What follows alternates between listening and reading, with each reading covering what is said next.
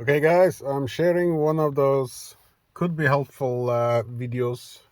This time it's by my wife's automatic 2013 Citigo. It just didn't want to crank, so I turned the ignition like this, and then I tried to start, and there was no reaction. Okay, so I thought dead battery.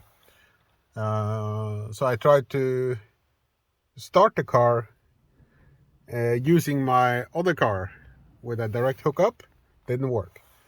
And then I tried to charge the car with a car charger, and it gave an alternator fault.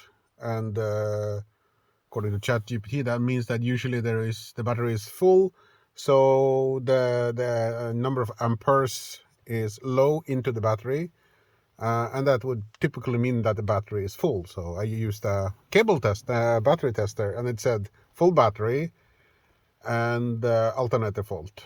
So I removed it, and I did another test, and I removed the charger as well, and then it just said full battery and okay. So the battery seemed okay. So I checked with ChatGPT again, and it told me to check, do you get brake lights? Front lights? Yes. So I tried front lights are there. Do the front lights dim? If the front lights dim, there is something wrong with that the battery is not getting enough power or something like that. But the front lights didn't dim.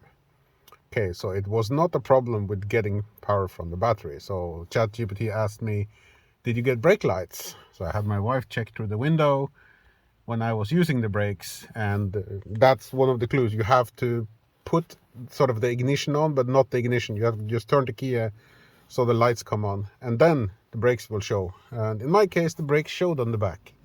If the brakes don't show in the back, then it's not registering that you're pressing the brake. And I was hammering the brake, and apparently the brake is okay. Now, what actually turned out to be the issue, even though I tried like 10 times first, you have here, you have the N, and then on the other side you have the D and the M and the R.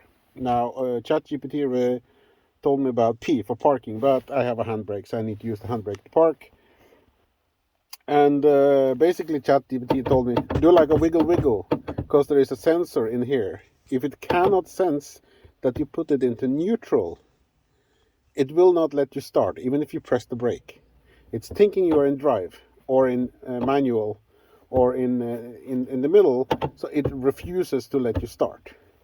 And I remember I had that problem one time before, and then I did like this and it came. But this time it was like 10 times and it didn't work. And then I tried again after it concluded that it had to be the sensor inside. So I tried again, and let's see if it will start now. So now the car starts. And it's one of those things that on the Citigo, this gear shift stick and sensor is a piece of shit. So if you ever have that problem and nothing seems to work on your Citigo, try to get the wiggle going. Don't do that when it's running, of course, but when because sometimes it's just like a hair distance that you need just to get this to realize, okay, I am in neutral. So if you really struggle and you cannot find out anything and the battery seems to be okay, try the wiggle wiggle. Basically, I'm going to show you. I'm going to turn off the car. Just do that a few times like that, and then when you turn, just wait for the two top lights to dim, and then if you're lucky, the car will start. So you need to be in neutral, and on these old ones you need to have the handbrake on. So yeah, I just wanted to share that. I was getting kind of desperate because I was gonna do test driving with my wife. She's learning how to drive.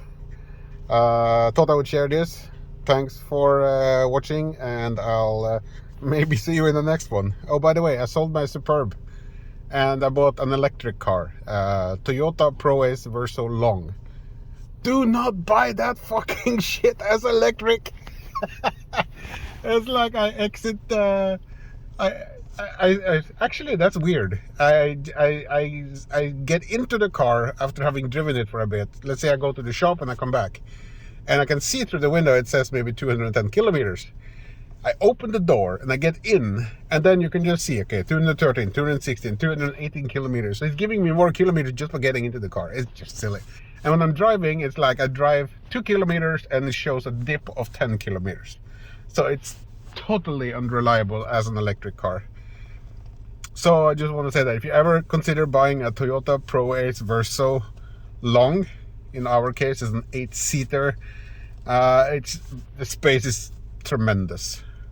But do not buy this as electric. Go for the diesel if you ever want it. I just wanted to say that also.